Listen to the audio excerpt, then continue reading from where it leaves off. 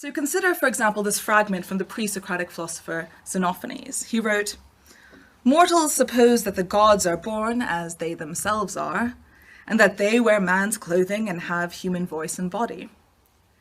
So according to Xenophanes, the Greeks believe that the gods exhibit human features only because they, the Greeks, are themselves human, an unjustified, irrational fetish for origins, a fetish from which philosophy should be seeking to liberate us rather than indulging. So this was certainly the dominant view of an earlier generation of analytic philosophers for whom inquiry needed to be cleansed of the genetic fallacy. The term genetic fallacy was coined in 1934 by Ernest Nagel and Morris Cohen in their Introduction to Logic and Scientific Method. It's perhaps interesting to note that Reichenbach seems to have been motivated to draw this distinction, the distinction between context of discovery and context of justification, at least in part as a response to the Nazis' condemnation of certain theories as being of Jewish origin and therefore deficient. Karl Popper, of course, went further still, arguing that historicist inquiry was not only alethically irrelevant, that is, irrelevant to the truth, but also morally pernicious. Indeed, I think it's worth noting that Xenophanes' genealogy is itself the product of a scientific revolution, the naturalistic revolution in cosmological thinking ushered in by the Milesian philosophers of 6th century Ionia. So suppose that the critical genealogist is attempting to impugn my personal feminist commitments as a mere product of leftist indoctrination. So he points out, the critical genealogist, that had I been educated in a different way, in different communities, I wouldn't have my feminist commitments, and that seems true. I, as a feminist, have very little reason to think that I could persuade a highly intelligent, sincere Catholic theologian of the permissibility of homosexuality simply by offering him more evidence or more reasons. There appears to be a kind of deep symmetry between me and my counterpart with a different genealogy. It seems like my counterpart and I can be equally apprised of all of the publicly available relevant evidence, equally sincere and diligent in our pursuit of the truth, and yet we can profoundly disagree. And this is because our different cultural and historical formations have endowed us with profoundly distinct ways of seeing and experiencing and interpreting the world. So I think it's troubling, obviously, when the evangelicals of so-called Western values use their putative genealogical luckiness as a justification to spread democracy. For the Frankfurt School theorists, for example, ideology critique has a dual epistemic and practical character, emancipating us from the grip of bourgeois ideology precisely by revealing to us the epistemic flaws in that ideology.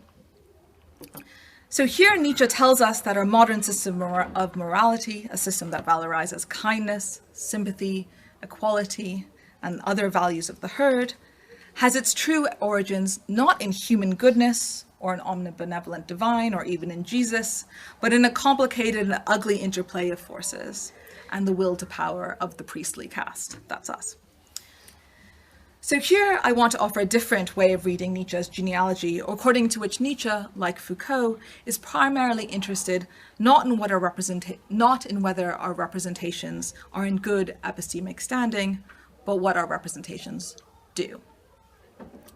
So in his indifference to the epistemic merits of our representations and a concern instead for their ideological function, Nietzsche is not only emblematic of a strand of critical genealogical thinking that I think includes Foucault, but also I want to suggest a broad range of theorists of politics, critics of Eurocentrism such as Edward Said and Dipesh Chakrabarty, feminists such as Simone de Beauvoir, Catherine MacKinnon, and Judith Butler, and intellectual historians such as Quentin Skinner and Samuel Moyn.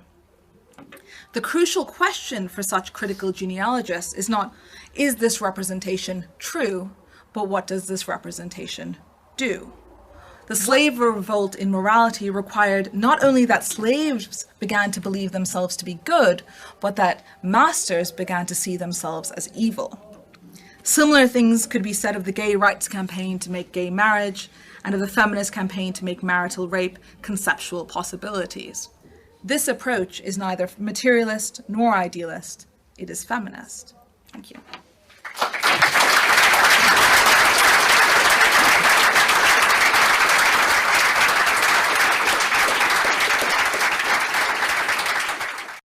I think the scheme of categorization, if we were to say, okay, we have this field called technology, what is it nested under?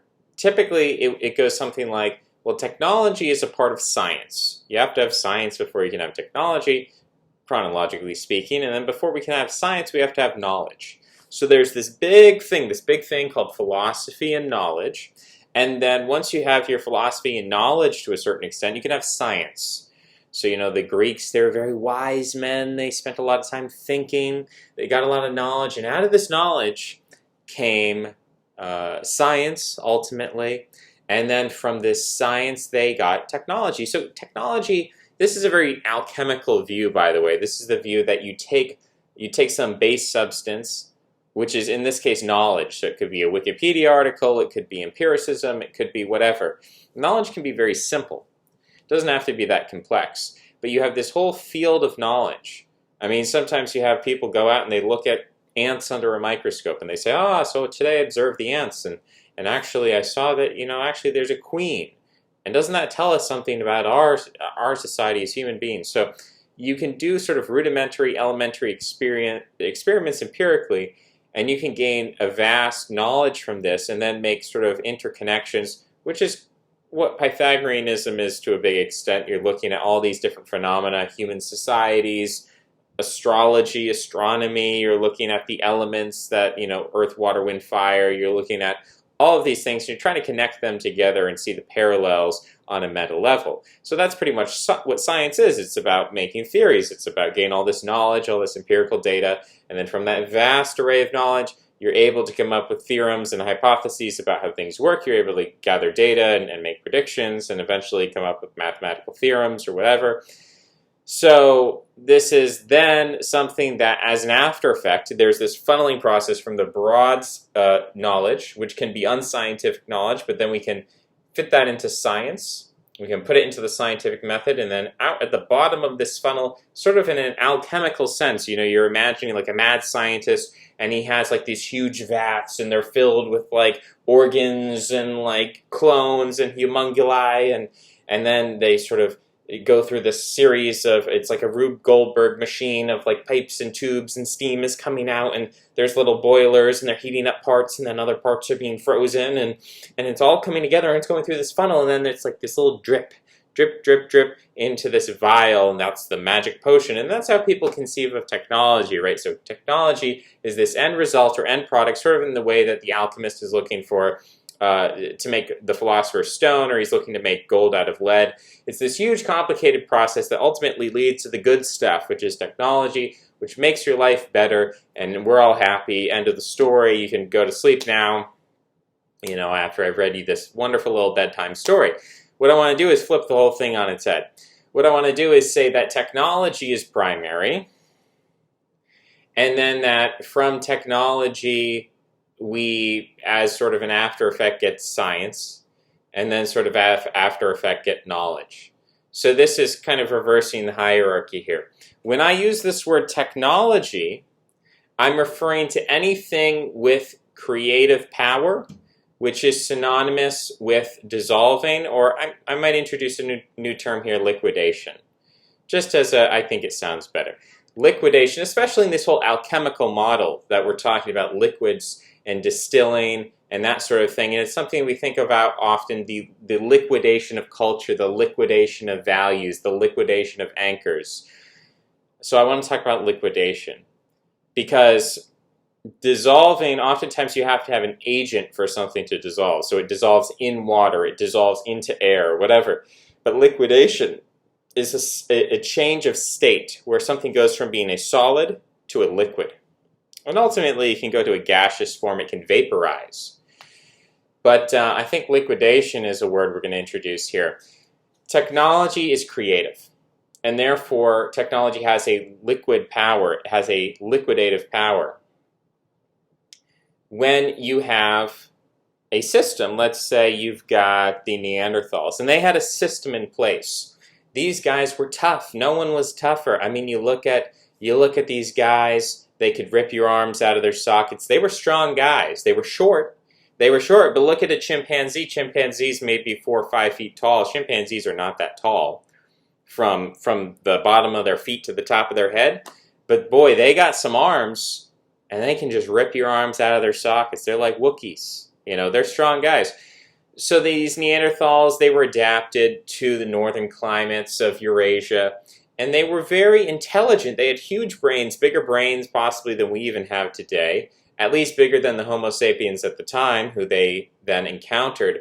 And these Neanderthals were so well adapted, and they were so good at what they did. You gotta love them. They're still alive today, by the way, in a very small, archaic genetic footprint in everybody who has non-African ancestry. So they're still around to an extent. To what extent is questionable? Are they there sort of as a curiosity or as a historical irrelevance? Or do they actually have a meaningful impact on our psychology, on the development of things like Alzheimer's disease, on the development of things like schizophrenia? New genetic research is coming out and suggesting that actually, common psychological problems, whether it's schizophrenia, depression, Alzheimer's, or indeed physical attributes, might in some way be attributable to Neanderthals. We, of course, know and understand that anytime you do have a genetic mutation in your lineage, that any one given person in your lineage, your parents are 50%, grandparents 25%, great-grandparents 12.5%, great-great-grandparents, and so on and so forth. So you can have someone very, minute in terms of genetic contribution toward your genetic profile and still have an impact on you. This is seen in people where if you have two brunettes and they have a kid and the kid has red hair, doesn't necessarily mean that there is cheating involved, although possible. But there are cases where people can have recessive genes that come from very, in a probabilistic sense, sort of an archaic or a small possibility. There's a small genetic contribution from an ancestor which ends up expressing itself phenotypically. Now, when we're talking about mixing populations here, this can even be more significant because when, let's say you have, and I guess I'm going full geneticist on people here, even though I'm not a geneticist, but just to illustrate the point, it's a tangent, but it's interesting. And this, I could ultimately fold it into a discussion about technology, about how, let's say you have hundreds of people in a population or thousands of people. We're talking about a primitive hunter-gatherer population. You've got multiple tribes in an area, interbreeding sometimes, conquering each other. There's forced intercourse, as it were, in the ancient world. And so you have these populations, and one guy out of these hundreds or thousands, he develops a mutation for a different color of eyes. Now, this is just one guy, remember. So there's no way he's not going to breed with every single woman. He's not going to be everyone's ancestor. But if he can pass on that gene successfully, and if his offspring are therefore judged as more sexually desirable in the same way that a peacock has these beautiful feathers, maybe he has a beautiful eye color, and therefore his descendants have an advantage in the sexual marketplace. So what that means is even though he's just one ancestor among many, if there's a selective pressure which give preference to that specific mutation, even though he as an ancestor is going to be a very small percentage of anyone's broad genetic profile, certainly in terms of your heritage ancestry as you go down the generations, you get below 12.5, what is it, 7.75 or whatever. You keep going down in the generation, not 7.75, it would be 12.25, sorry, bad math. But as you keep going down, you get to less than 1%, but you can still preserve that gene. Again, whether it's dominant or recessive, kind of depends on how it expresses itself. But you can have a situation where very few of your ancestors, theoretically, you look at the broad pool of your ancestors, and just one guy had the mutation, but because there was a selective pressure in favor of that, whether it's natural selection, artificial selection, mate selection, whatever it is, because there was a bias in favor of that, that survived. And so because of that ancestor, without that ancestor, you wouldn't have that gene. Because of that one single ancestor, you had whatever it is. And this then defines entire populations of people, where entire populations, they have a specific phenotypic attribute in average that can be traced back to a very small group of people, or in fact one person who originated the mutation. So now, of course, that's all kind of working in a Darwinian framework. We could go into a more Lamarckian, looking at it from how do people sort of will these mutations into being, whether it's metaphorically speaking or whatever spectrum you want to go on there. But I think when we look at mate selection, there seems to me to be a huge amount of willpower involved in the direction that a population evolves, because mate selection has this mimetic aspect to it, that is there is a self-referential aspect to a mimetic evolutionary mate selection system that allows for something like willpower to actually have a huge genetic material impact. And the way I'm going to wrap this all up and bring it back to the main conversation is to say that genes are technology. Now, the scheme I had at the beginning, which is that first you have knowledge, and then you have science, and then at the end you have technology, this is kind of idealist in a way. It's kind of saying, well, first you got to have like ideas, and then they kind of coalesce into a system, and then that system produces something material. So it's, in a way, it's an idealist framework.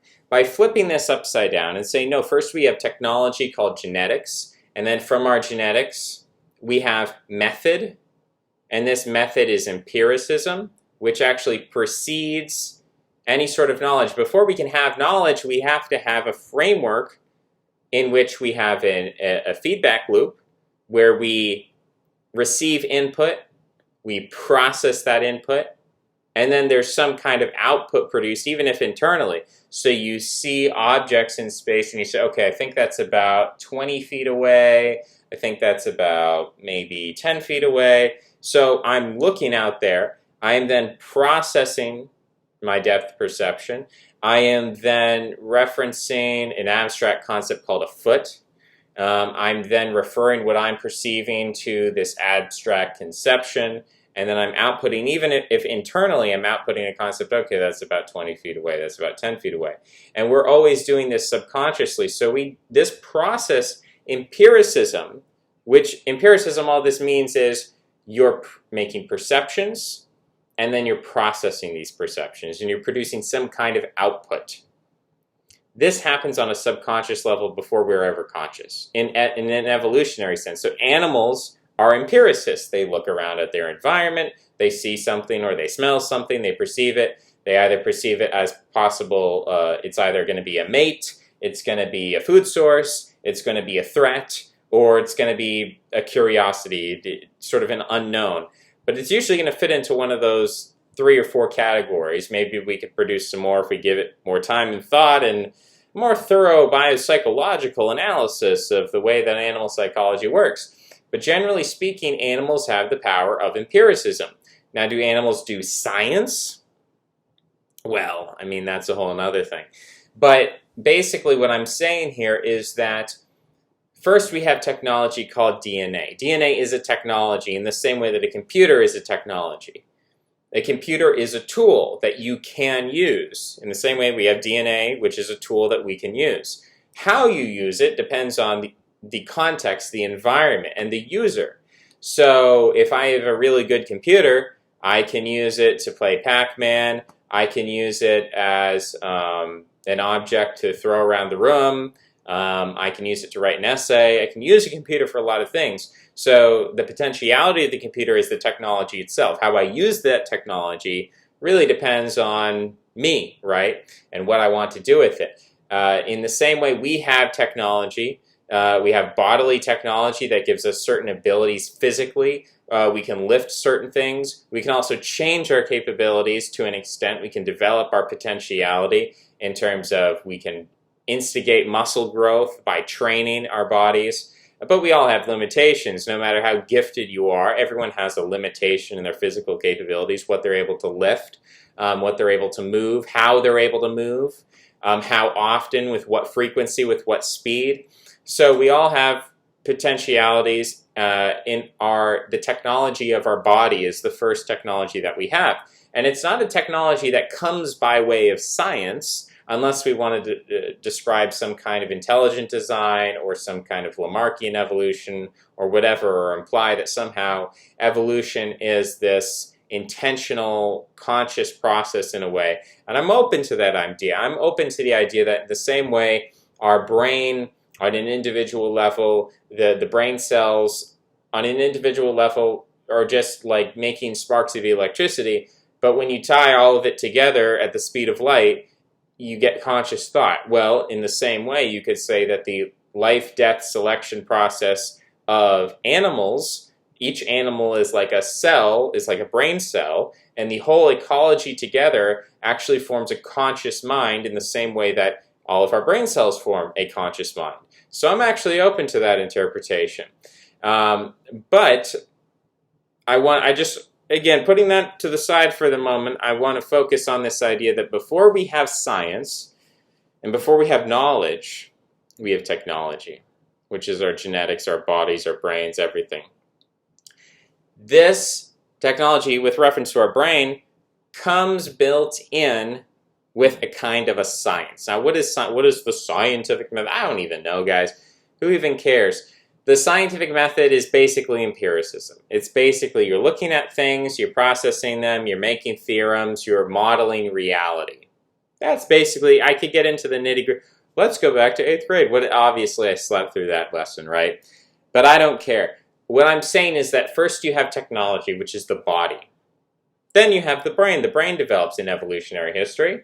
The brain develops, and the brain's job is to create abstractions and theorems and process your perceptions. So first we have technology, and then as the body develops, we also get this brain, and the brain is scientific. Scienza, knowledge in Italian or Latin or whatever. So science, I'm taking science and I'm sort of equating it to empiricism, and I'm saying that empiricism is a result of the technology of the brain. Without the technology of the brain, we can't have empiricism, we can't have science. So in a way, the technology of the brain precedes the science of the brain. And then from science, from empiricism, from our ability to perceive, process, and create outputs, we then have this big field called knowledge. So this is turning the pyramid upside down, whereas most people think first we start off with this vast field of knowledge, this big cosmic field of knowledge. It's like stardust, it's this infinite ether, it is this ocean of knowledge, and then we condense it down with science. Where science comes from, who knows? How it originated, who knows? It's just sort of spontaneously. It's like this abiogenesis. It's like, oh, well, you just had a bunch of like oxygen and nitrogen and hydrogen, and it was just like in a hot pool in molten lava, and then all of a sudden, like deoxyribonucleic acid or whatever, all of a sudden you just get complex molecules and they form together and you have life. So this is kind of the evolutionist, Darwinist, atheistic view that first you have a field of knowledge, and then from this field of knowledge, science, boom, science, it's like abiogenesis, just appears, boom, bam. No intentionality, whatever, it just spontaneously is there. And this is the story we're all told, and this is the story we all, pretty much, unless you're a religious weirdo or religious fanatic or something, you're just an oddball, low IQ, you gotta believe the story, right? So then you get to science, and then ultimately science produces this thing called technology, which we use to make our lives better. But I'm turning this whole thing upside down because I'm moving away from this anthropocentric view of humanity, or we're like, oh, we just popped into the scene, and it just turns out there's all these facts and knowledge, and oh, I just know all these things just out of nowhere. I just popped into here, which is kind of, it's almost a Judeo-Christian view of like, well, you know, God was just there, and then he just popped humans into there, and he just started talking to them. You know, there was no process, there was no evolution, it was just pop. So this is kind of, I'm sort of mixing alliances here in terms of theology. I'm kind of saying, oh, well, this model is kind of atheistic, but then it's also Judeo-Christian. So we're experimenting, right? we're making connections as we go. What was the plan for the video? It was literally just to talk about technology. So we have this pyramid. We start from knowledge, then we go to science, and then science produces technology. But what if it's the opposite? What if the first thing we have is technology? And again, what is technology? Technology is a potentiality. Technology is the potentiality for creativity. That is what technology is. So if we ask ourselves, what is the most basic fundamental technology in the universe? Well, that would have to be one of two things, depending on whether you're an atheist or a theist. If you're an atheist, it's going to be the laws of physics, right? Or, on a higher level, the metalogical laws. A equals A. Has to be true. A equals A. If you have something, you can identify this is a photon. A photon's a photon. It's not a neutron, it's not an electron. Maybe it's composed of more fundamental parts, maybe it's not. Maybe it's a particle, maybe it's a wave, maybe it's a particle-wave duality. I don't know. But it is a thing, it's identifiable, A equals A. Some things exist, some things do not exist. Existence does not equal non-existence. You know, those are two contradictory things. So first you have to have these laws. If you're a theist, you say it's God. And I don't even know what the difference is, to be honest. Who's going to tell me the difference? What's the difference? I less and less am I seeing the difference between like, wow, there are all these like rules and laws and they just seem so absolute and perfect and we can't ever get outside. We're sort of enslaved by them. We can't get outside of them. They're all powerful. Oh, but that's totally not God, dude. It's just the laws of metalogical laws are everywhere. They're everywhere at all times. They're omnipresent, they're omnipotent, they're all powerful. Somehow they seem to have, if you could even speak of them having knowledge, which I guess is the most controversial part, if you could speak of them having knowledge, they have knowledge of every particle or every wave or every element of energy or however you'd quantify energy. They have knowledge of everything at all times because they're always there to enforce themselves. You can't sneak around them. You can't, oh, well, I'm going to do something in the dark over here. You can't do that. You can't hide. So there is this omniscience to them. There's omnipresence. It's like, how is that not God, dude? How is that? How can you say that's not like fitting? What else would you call that other than God? So there you go. I guess people don't want to call it God because that implies, I don't know, some kind of limitation or maybe there's some kind of ordering or maybe it's authoritarian. So I don't know. That will fit into a later discussion. We'll get into that at some point. One of these videos we might talk about the psychology of God and why people are against that, why people are for it. But in a sense, God is the primordial technology. Right? He is the primordial creator. He's the primordial creative force. If a technology is something which grants us the potentiality for creativity and creation, then God is the first technology. He is the prime technology. I know, I'm blowing your mind right now. So technology is at the top. That's God. That's the metalogical laws. That is the laws of physics, descending in a pyramid in a triangle. And then what you get is combinations of these which produce systems. And these systems create ultimately ecologies. And as I alluded to before, an ecology can be thought of as a consciousness. An ecology is a system which has inputs and outputs. So, for example, let's say I have a little terrarium, I have a little glass case, I put some soil in it, I put some little critters in there, maybe I shine sunlight on it. So sunlight is an input. If there are seeds in there, there's seeds, there's moisture, there's soil, and I shine some sunlight on that, or some light source, seeds are going to grow. So I input light, and the system processes that in a way, and it has an output of this plant growth. Now, we can even get to, prior to life, we can talk about the water cycle. What is it? Evaporation, condensation, precipitation. Are there any special parts of that? Are there any special parts? What about when the water freezes and it's hailing, and then you get hailstones the size of golf balls, and they just start. What if the hailstones become the size of cars? What if you just get glaciers frozen up in the sky? What if the entire cloud freezes and just crashes to Earth like a meteor? Is that a part of the water cycle? But anyway, so the water cycle is there, and it is an input-output system, right? So that there's liquid within the system. The liquid interacts with wind currents. It interacts with heat. It interacts with the sunlight, right? So it interacts with things in the system, and it goes through this cycle. It evaporates, and then it condensates. It forms these clouds, and this whole process of evaporation sort of creates the wind, right? And creates these climatological systems, hurricanes, and then eventually you have precipitation, which can be snow, it can be hail, it can be sleet and rain and all these things. So, and then it comes down, and so the water sort of distributes itself in this way, which then goes into the life cycle later. But before life even appears on Earth, we already have systems which have these kind of input-output mechanisms. If you introduce something into the system, it's going to process that, and it's going to produce a change in the system. We could even break this down to the most simple level. Anytime you have matter, if you have matter, what's Newton's law? Objects acted upon.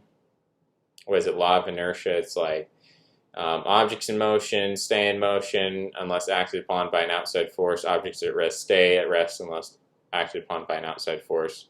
So as you have like a particle in a Newtonian system, you smack that particle. That particle is then going to have a certain acceleration, and then it's going to reach a certain velocity, and that velocity is determined F equals ma. So it's dependent upon, or the acceleration, we'd say the acceleration is equal to the force divided by the mass. So the mass of the object, and then I give it a nice force, I give it a nice smack, that's going to produce an acceleration. So already, you can even say like basic physics, you've got some kind of action-reaction system. You've got some kind of input-output system. I give the particle a smack, the particle responds in a particular, predictable way. It's not arbitrary. It's not I give the particle a smack and it just spins off, or sometimes it does nothing, or it's just completely unpredictable. Even electrons, when we're talking about probability fields and quantum mechanics, there is still a probabilistic predictability of the actions of the electron. That if you act upon the electron with a certain force, that electron is going to operate within a probability field. With some level of probabilistic probability. Probabilistic predictability is what I meant to say.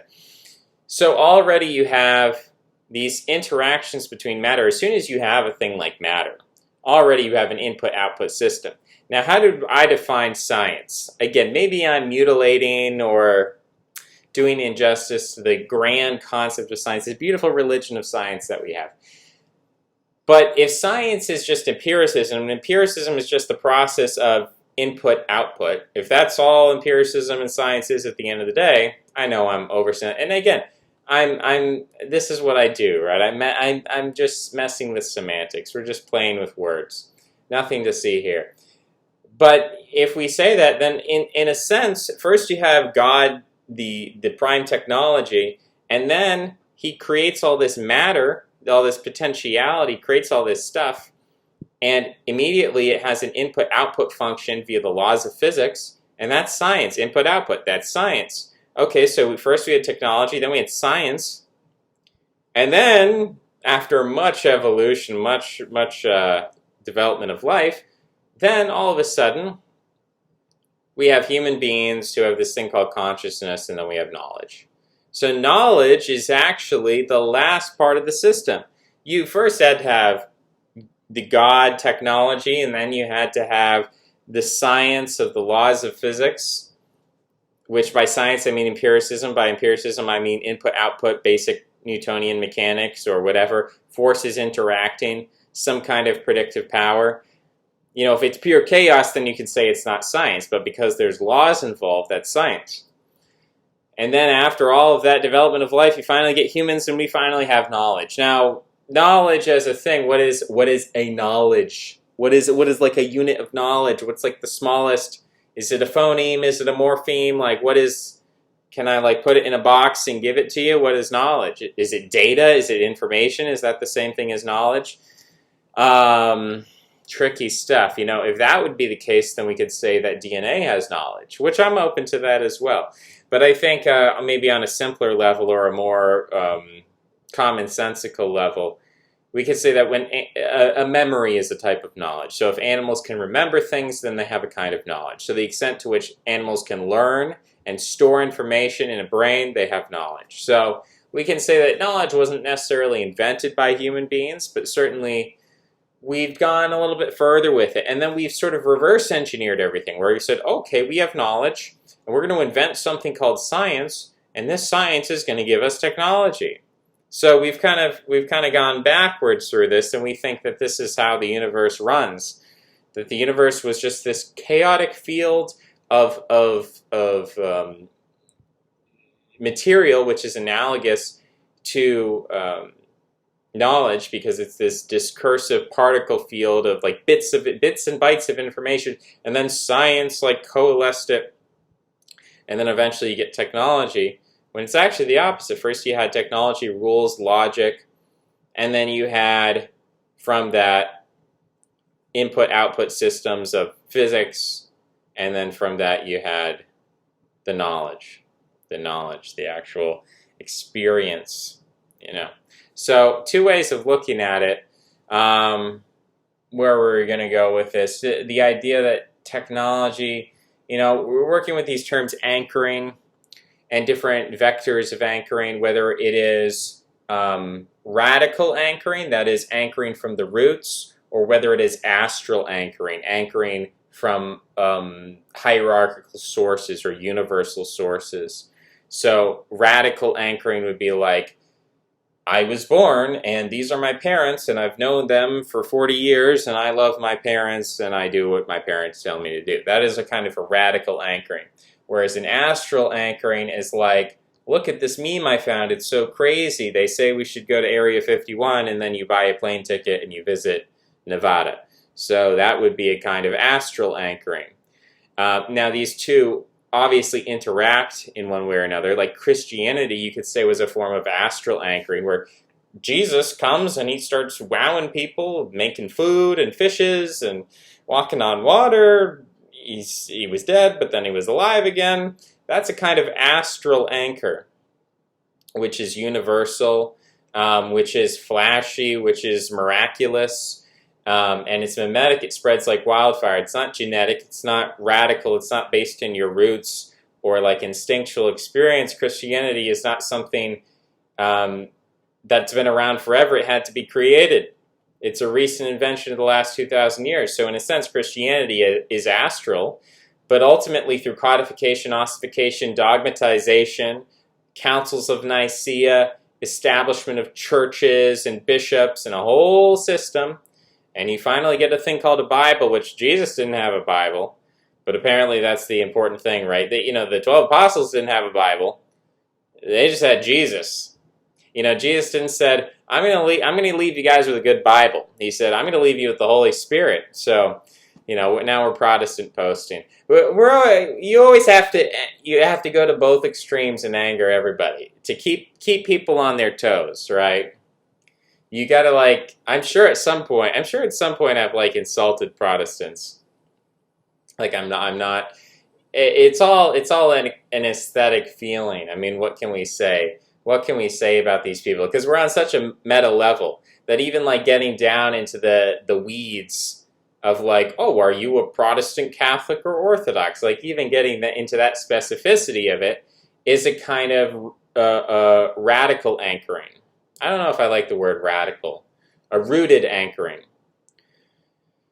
So if you grew up and you were baptized Catholic, I understand you being Catholic. If you grew up in a Protestant church, I understand you being a Protestant. If you grew up with Orthodoxy, I understand that. Now, if you're a very troubled and confused person brought up in a secular family and you look at the Orthodox and you're like, my ancestor, this is tradition, we must return to tradition. I also understand that, but I also think there is an astral element to that. That it's not intuitive, it's not instinctual, it wasn't imprinted upon you. And so you're reaching out and you're trying to grasp something. And look, if that works for people, go ahead. There's a lot of times, but I think it's different psychologically. I think there's something very different from being raised into a tradition and maybe straying from your tradition, going to college, partying, doing drugs, and then coming back to your tradition. I think that's a fundamentally different thing psychologically than like growing up an atheist, being a straight edge kid or something, and then you're like, my conservatism is under attack, and we need some kind of spiritual vessel to hide ourselves in because the forces of liberalism are too strong, so that we're going to join a religion for like a pragmatic purpose. I think that's very psychologically different. So, excuse, I guess, my sacrilege, as it were, because I'm not rooted in that as some people are. And people who are rooted, like, to be authentic to yourself, if you're rooted in that, do as you do. And I don't begrudge people. And I don't know, I think it's weird. It seems to me kind of an envy when people see that other people have roots. And I guess I want to talk about this concept of resentment versus, I used to call it capitalism. I don't know what we're going to call it now, liquidation. Sometimes people call it alienation or schizophrenia in reference to capitalism, schizophrenic capitalism. But this question of clearly all of these anchors that we have, whether it's religious or otherwise, clearly they're being dissolved. Clearly they're being liquidated. Now, why is that? Is it due to resentment? I think resentment is a technology that's being used. And here we're going to flip things around a little bit. I've talked before as language being a technology, but maybe I should just use the word tool for now to mix all my metaphors up. But I think resentment is a tool of liquidation. Again, I think people often, and I've said this before, I've said that technology has a liquid effect. That when you have Neanderthals, boy, did we go about this in a roundabout way, huh? We had Neanderthals, and the language of Homo sapiens liquidated the Neanderthals. It was this creative, dissolving force. And the Neanderthals couldn't stand up against it, and they became assimilated and became a vestigial part of us. And you see this again and again, where writing comes in, a writing system wipes out, the Neolithic wipes out the Paleolithic. The empire wipes out the provincial city-states. And this continues, the Christians wipe out, or even, the Jews go into Canaan. There's a little bit of wiping going on. There's some wax on, wax off motions going on if you read the Bible. And of course, people are critical of this. They call this illiberal or intolerant when it then manifests Christianity wiping out paganism, Islam wiping out Christianity. So you see these quote-unquote intolerant, illiberal religions, these wiping out religions. They don't have a respect for the organic ecology of the native people's religions and traditions, and they just come in with the sword, and they start wiping people out. You saw this a lot, and that's not always how it happened. Certainly that didn't happen in the case of the Germans. Germans were not forcibly converted to Christianity by the Romans. The German chieftains were so obsessed with Rome in the same way that you go to like Europe and Europeans are obsessed with being like Americans, so much so that they want to invite in a whole bunch of minorities so that they can be ethnically like America. But they want to emulate America in every single way.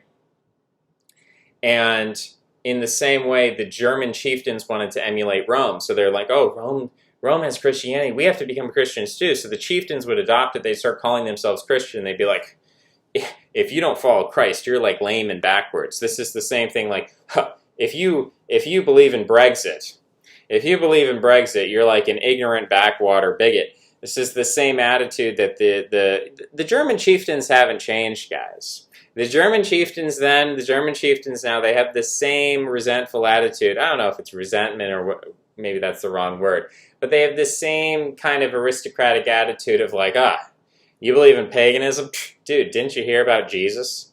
Didn't you hear? Jesus is all the rage in Rome. Now, of course, within Rome, it happened in a very different way. In Rome, it was the soldiers and the slaves and the common people and the left behind and the Jewish minority and all kinds of people who were joining into Christianity, and the sort of elite aspect of it, very much the reverse in certain ways. Not entirely. I think there were a lot of elites involved with it, but certainly there was this bottom-up or mob revolt or slave revolt, or as Nietzsche describes it, and as others described it, with the Christianization of Rome. But the way it happens in the northern lands of Germania, they're like, dude, haven't you heard Christianity is the rage? That's pretty much how it spread. And all the like peasant folk and heathens and pagans were like, oh, geez, if we want to be like the chieftain, we got to start worshiping Jesus. And so there was all this, it was like a fashion statement. And then they're like, what are we going to do about the worship of the winter solstice? We'll just say that's when Jesus was born, and we'll make it a Christian thing. What do we do about these sacred trees? We'll call them Christmas trees. Oh, geez, well, what do we do about the fact that Odin is supposed to give gifts to children around this time? That's Saint Nicholas from Turkey, from Anatolia. You never heard of Saint Nick, Santa Claus? Where else? How else do we do this? What do we do about the European Day of the Dead? What do we do? We call that All Hallows Eve, Halloween. Okay, all right. Well, what other? What do we do about their pagan fertility rites that happen in the spring? We'll say that's Easter. That's when Jesus was born again. Well, what about the whole bunny, the fertility god, which is like a rabbit that lays eggs full of desserts? What do we do with that? He's the Easter bunny, I suppose. He's the Easter bunny. What do we do about Woden's Day? We'll call it Wednesday. Call it Wednesday. What do we do with all these pagan, what do we call this month was named after Janus or Janus, this god of the threshold, of looking forward and back. It's this god of reflection. What do we do? I'll call it January. So I could keep going on and on with this. But it was this fashionable thing that caught on, and I think this happened to an extent in Rome as well. Constantine and other figures, people operate in this way. It wasn't necessarily, certainly for some people, it was a very deep psychological process, and then for other people, it was pretty superficial. And that's pretty much how ideology works in general.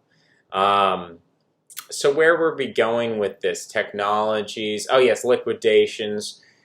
So as you introduce Christianity, you get a liquidation of paganism, and then that liquidation becomes codified as a new rootedness, a new anchoring, and now people are like, yes, we're Christians and this is our tradition, totally forgetting the part where Christianity came and wiped out your old tradition.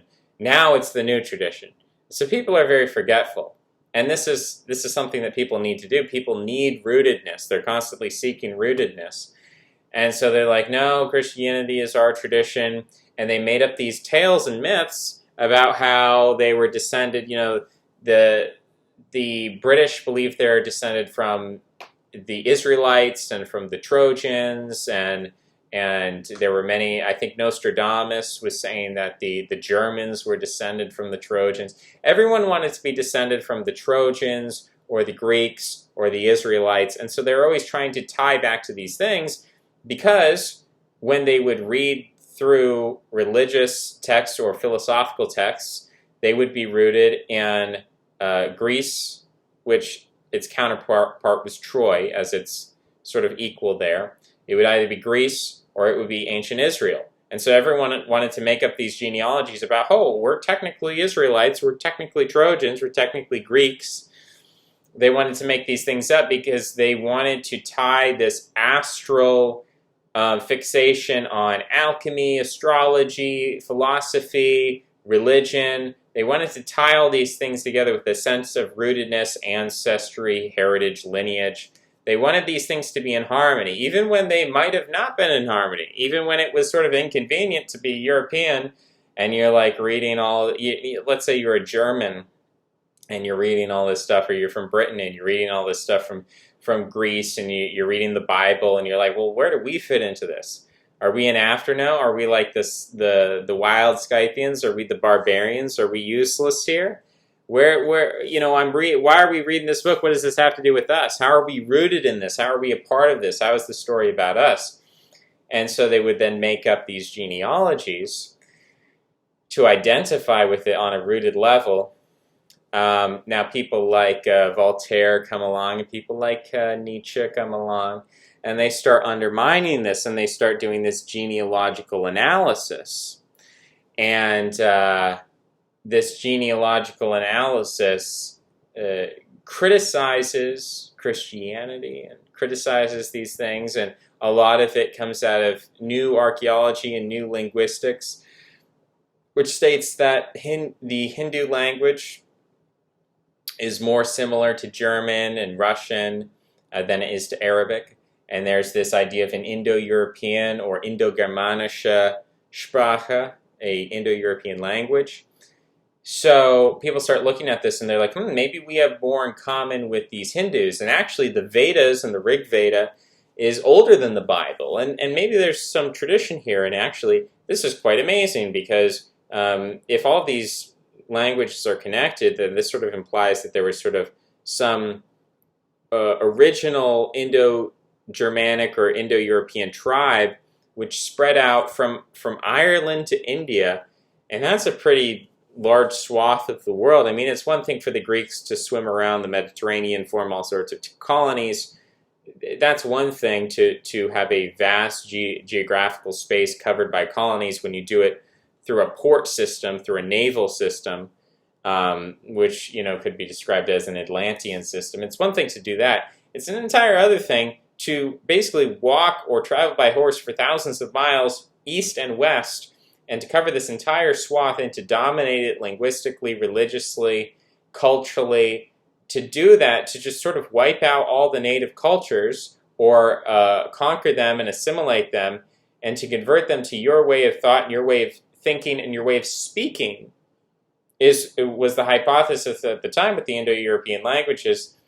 And people are like, this actually seems to be the thing we're looking for. So all those people who are obsessed with trying to find we're the lost 12 tribes, or, we're descended from the Trojans, rather than doing that, they said, no, actually, there's this Indo-European story. There's this impact from India to Ireland. And this is interesting, and this is our ancestry, and so there was kind of this awakening that you see with this Orientalist movement, especially in Germany in the 19th century. People like Schopenhauer and later Nietzsche, they're very interested in, hey, we have an ancestry, we have a rootedness in astral ideas, in anchors of philosophy and ideas about the world and religion and morality.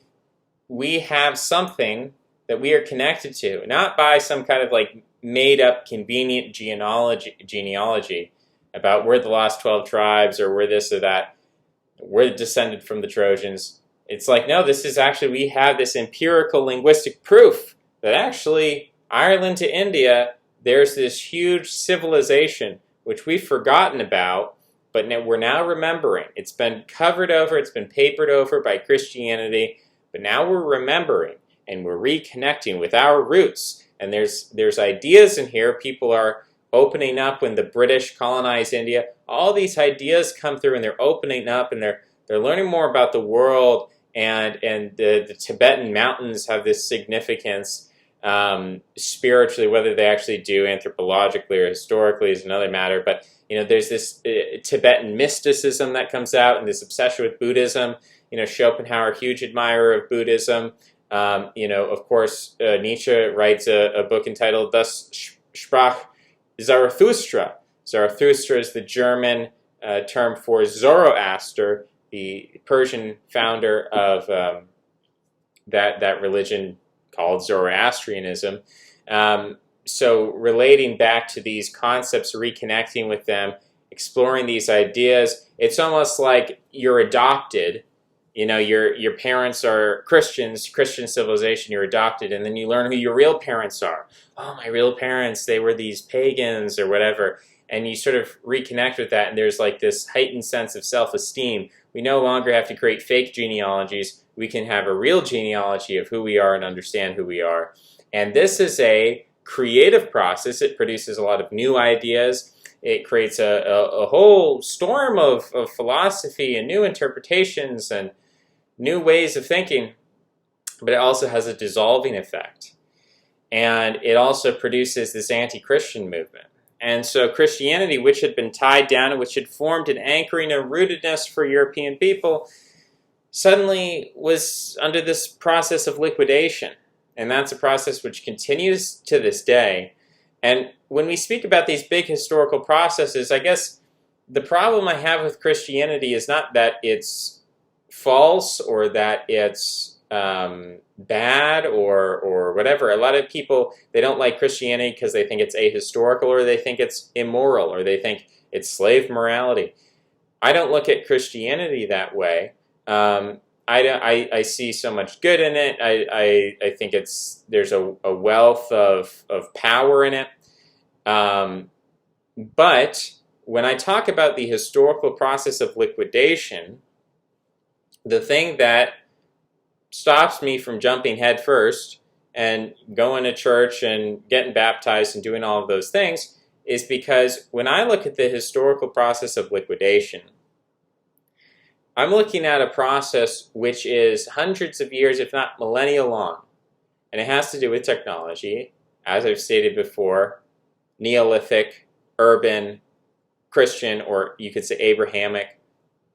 Now people are lumping in people are saying Judeo-Platonic.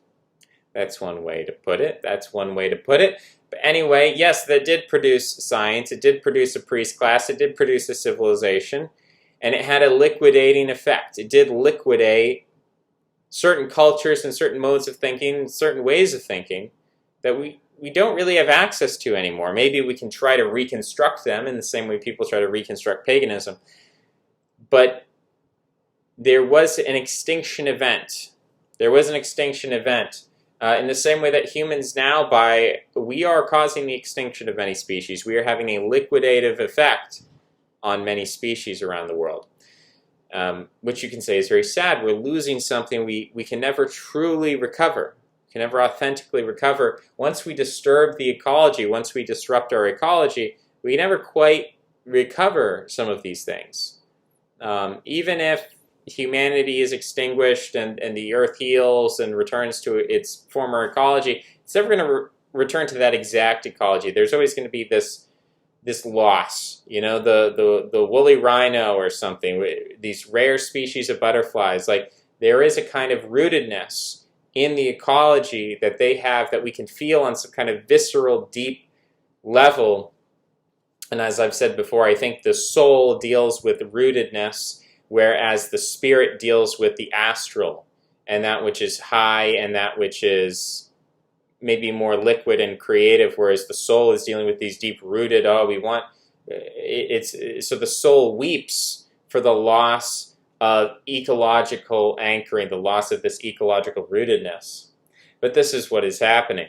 And so when I look at the liquidation of Christianity, I don't look at it as the fault of any one person. I don't think it's Nietzsche's fault. I don't think it's Pope Francis's fault. I don't think it's Satan's fault. I don't think there's any one person, unless you could say Satan is the personification of liquidation in general, which would make sense because liquidation is the creative aspect which gives forth life, and he is also called Lucifer. So that would make sense in a certain respect. That's going a little bit far, but I'm just going to throw that out there. Unless you're going to go to that extent, I don't think there's any one person who plotted. I don't think it was one group. I don't think it was the Illuminati. I don't think it was any sort of anti-Christian group.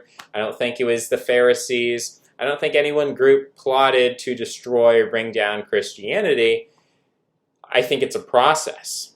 In the same way that I don't think any one person, I guess you can say Jesus Christ created Christianity, but beyond that, to the extent that Christianity became a mode of civilization, no one person did it. It wasn't just Constantine. Of course, we could throw out famous people, famous names.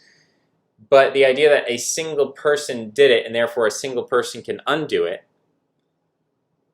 I think is entirely false. And furthermore, when I look at history and I look at religion in particular, as a religion as a technology, and maybe that sounds very materialistic, but I want to put it in these terms to make it more concrete and less ephemeral, that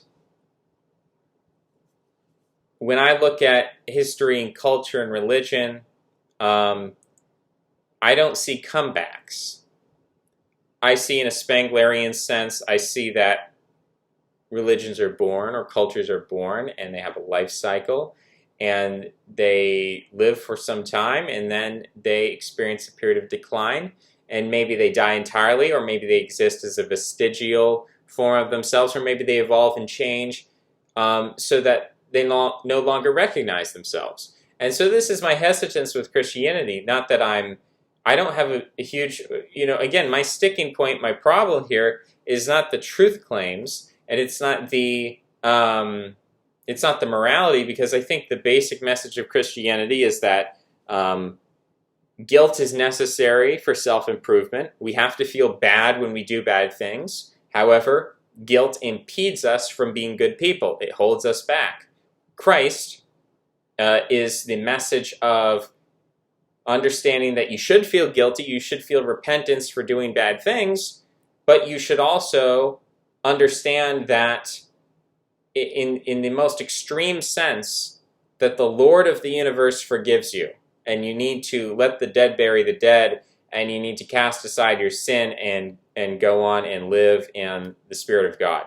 So that basic, fundamental psychological message, which I guess to some people sounds mystical, or it sounds incredible, or like a fairy tale, or wishful thinking, or however people want to respond to it, but I think it's just true. I mean, we can mess around with the symbols. We can call it, oh no, it's not Christianity. It's Freudian psychoanalysis. It's therapy. You're not going to go to a pastor. You're not going to go to a pastor to do confession. You're going to go to a therapist to undergo therapy, psychotherapy. So we can change the names. We can, go from a priestly religion to a scientific, secular, religion of psychology. And so we can kind of change the names and paper over the tradition, but ultimately it's the same thing. Instead of praying, you're going to go to a therapist.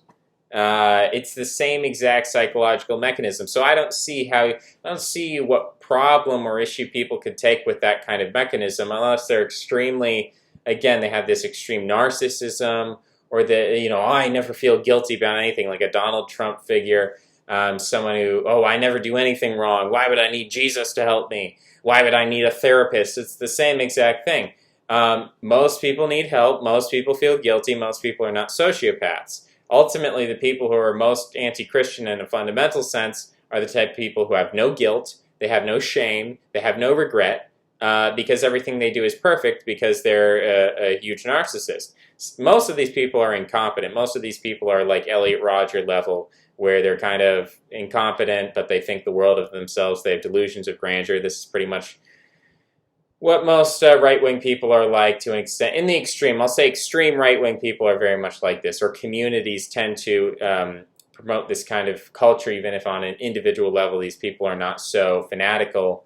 You certainly do see some of that online, but most people are not like this. And then you do have a small percentage of people, maybe the Donald Trumps of the world, who are sort of anti-Christian and competent and successful and have the ability to actually sort of live up to their delusions of grandeur in a way. And maybe those are the people who, in a way, don't need Christianity. And the Bible does say, give unto Caesar that which is Caesar's. So Caesar's clearly at that time referring to a pagan ruler, a pagan leader, a man who is competent, but a man who is without God, fundamentally. The Bible also says, those who do not take care of their own are worse than a non-believer, implying that there are things you should do which are good and necessary, even if you're a non-believer, that make you better than a believer. which again, people want to get it. I don't care. I don't care about the little dogmas and doctrines of salvation. That's not really what I'm interested in. I'm not interested in heaven as some kind of finite goal, but I'm interested in heaven as a telos, as a process, as a cyclical thing that we're on a wheel that's going around and we're kind of moving in a direction rather than we're in A, which is Earth, going to B, which is heaven for eternity. End of story. I'm less interested in that. So I'm not interested in like this, is it salvation by works or salvation by faith alone? But if you have the faith, aren't you going to produce the works? And then if you do works, is that going to help you get to faith? And it's a whole Catholic Protestant thing that I don't really care about. And it totally threw me off kilter. Just that little diversion at this point just threw me off kilter. We were talking about people who are anti-Christian. Yeah, so already the Bible says being a believer, you can still be worse than a non-believer who takes care of their own. So Caesar, the guy who takes care of business, takes care of law and order, he's been appointed by God, even though he's not a believer. He doesn't need Christ. He doesn't need to pray. He doesn't need to feel bad. He doesn't need to feel guilty. He is this Nietzschean figure. And he still has a place in our society. Sociopaths, love him, hate him, whatever, they probably serve a function. Otherwise, they would have probably been extinguished long ago, right? And I think certainly in terms of warfare, you do kind of want people who are low on the empathy spectrum. If you're in the business of violence and killing and all that, we might not like that today. We think we've moved beyond that. Maybe in a sense we have with drone warfare. Human violence may no longer be efficient or necessary. It might be cheaper and less expensive to put money into a robot army than a human army, thinking of how much money, you got to wait 18 years for these guys, whereas robots, you make them in, you can make a robot in a couple weeks. So in terms of economic expense, you got to raise someone for 18 years, feed them, clothe them, shelter them, give them hugs and kisses. That's too much. That's millions of dollars, essentially. People think this is free. This is not free. Raising kids is hard. It takes an entire civilization to raise, or a society or a tribe or whatever. It takes a lot of time and energy to raise a kid.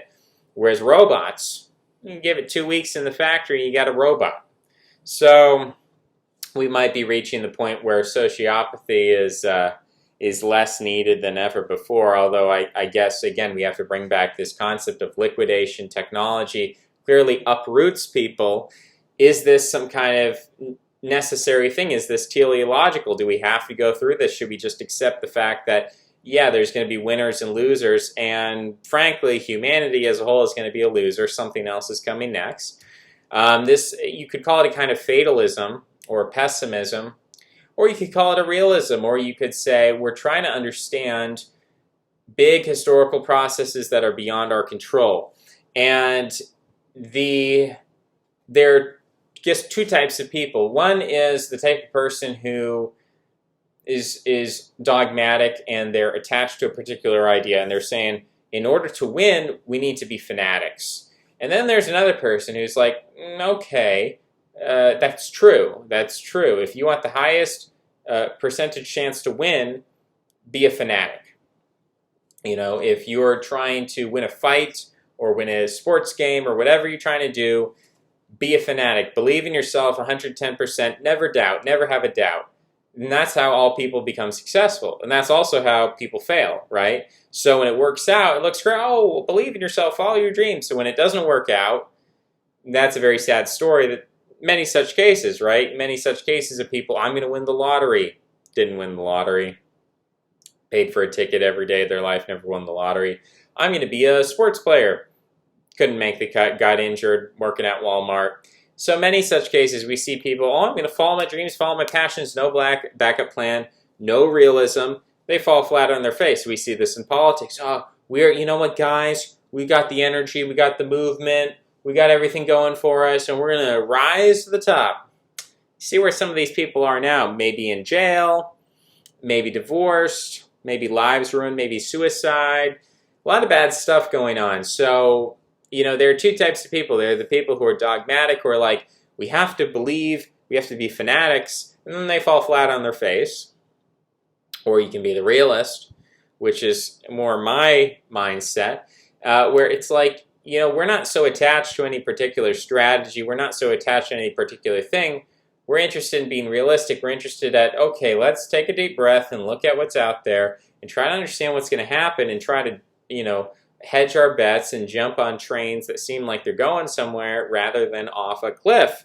So that's kind of my perspective toward Christianity in general, is I see Christianity as like a train that's going off a cliff, and yeah, it's still chugging along technically. There's still people who believe in it, and they're rooted in it. And again, I don't attack it. I don't attack it as something that's evil or wrong necessarily. Certainly there are Christians who I would disagree with on a number of issues, and I don't think they're exempt, but who is, right? If you want to criticize Christians, well, who's doing it better? Who's doing it better? I think everyone's heading in the same direction. Sometimes people will say that, oh, Islam has a bright future ahead of it. I don't think so. I think Islam's going in the exact same direction as Christianity, which, again, to bring it back, I see this as a global phenomenon. A global phenomenon of liquidation of culture and values of humanity itself.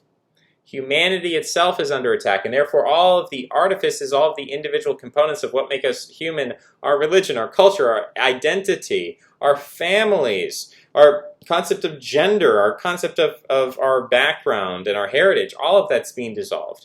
All of that's being liquidated by technology and in service of the technological idea, in service of the creative idea. Let's stop it there and see ya.